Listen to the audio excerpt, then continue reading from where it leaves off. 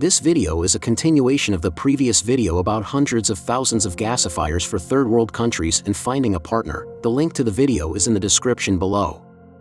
I have already informed you about the huge unoccupied market of small rice husks gasifiers in third world countries. Here I will give an example of Cambodia. An in-depth market study was conducted there in 2015. The aim is to provide the country with small gasifiers to burn rice husks. As you will see, whoever enters this market will become a dollar millionaire in the first year. I am still waiting for my partner to finance this endeavor. Cambodia is just one of such countries. The same is true for Brazil, Nigeria, Pakistan, Madagascar, Sri Lanka, Nepal, the Philippines, Myanmar, India, Bangladesh, Indonesia, and other countries. Rice is an important food for half of the world's population. The market demand is enormous. There are 2.7 billion people worldwide who burn fires and cook on them. And 1.3 billion people have no access to electricity. 85% of these people live in rural areas, mostly in Africa and South Asia. These countries never had 5-year plans for industrialization and electrification.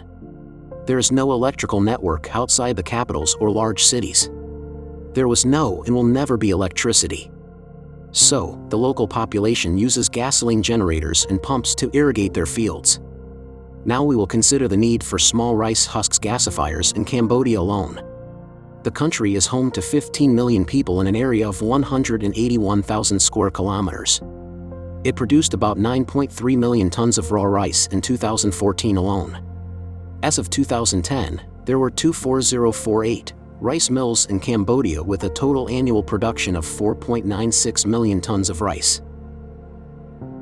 By the way, these mills burn 20 liters of diesel to process 1 ton of rice. If they are converted to generator gas, it would save 74.5 million liters of diesel per year. There are about 47,000 large and small mills evenly scattered around the country to grind rice. Each of them creates piles of rice husks which make up to 20% of the refined rice weight. In 2012, 10.6 million of Cambodia's 15 million population had no access to electricity. 78% of them live in the countryside and the rest live in urban areas. About 22% of Cambodia's population uses grid electricity. This is mostly an urban population. 10% of residents use miniature low-power solar chargers that can only charge a cell phone. 3%, that is, about 500,000, people have bought 0.5 to 5 kilowatts gasoline generators.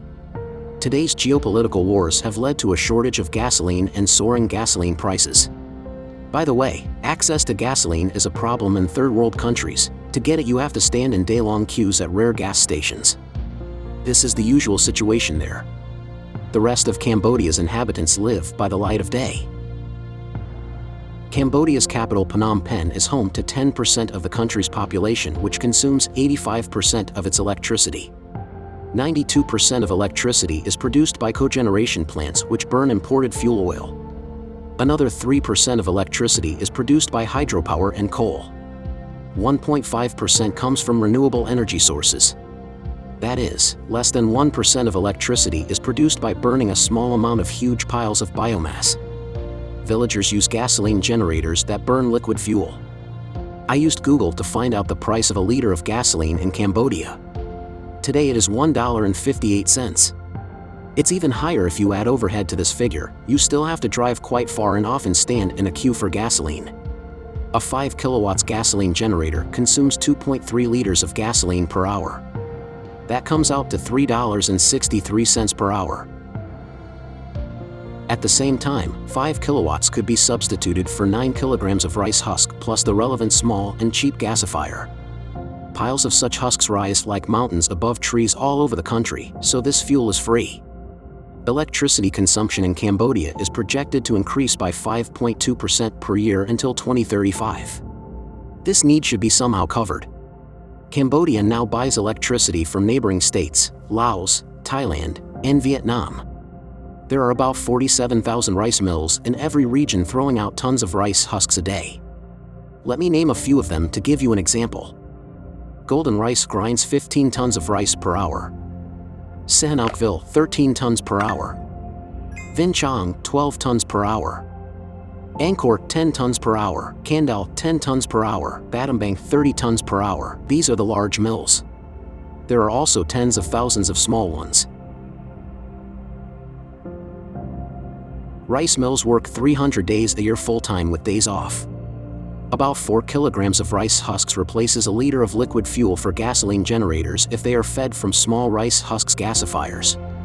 About 1.6 to 1.8 kilograms of rice husks produce about 1 kilowatt per hour of electricity with the use of a gasifier. Rice husks have low humidity, about 10 to 12% after milling. The humidity rises to 20% during rainy seasons. This is an acceptable humidity for gasifiers. Bulk density is from 96 to 160 kilograms per 1 cubic meter. Pine chips density is 220 kilograms per 1 cubic meter at 20% moisture content. Cambodia produces 1.6 million tons of rice husks annually. If you convert this figure to the equivalent of liquid fuel, you get 226,000 tons. The energy contained in 1.6 million tons of husks is enough to run a 111 megawatt power plant around the clock for a year.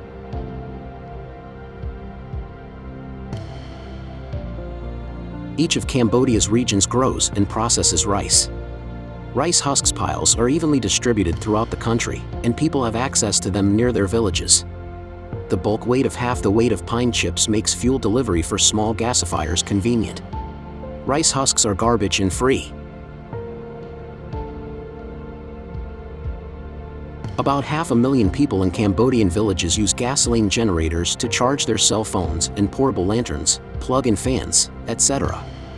They are forced to get expensive gasoline at $1.58 a liter excluding shipping, which can be replaced by 1.8 kilograms of rice husks and small gasifiers with gasoline generators from 0.5 to 5 kilowatts.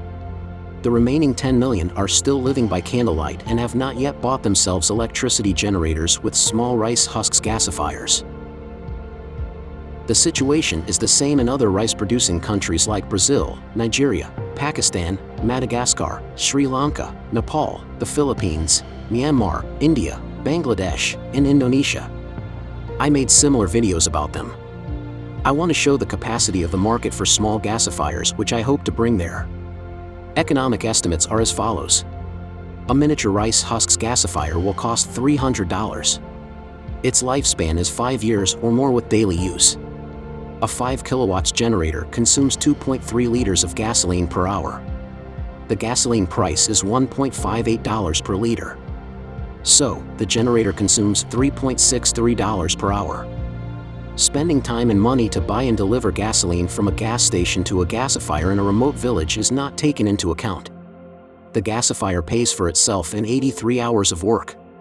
The device will work about 8 hours a day or 2,920 hours, 365 days a year.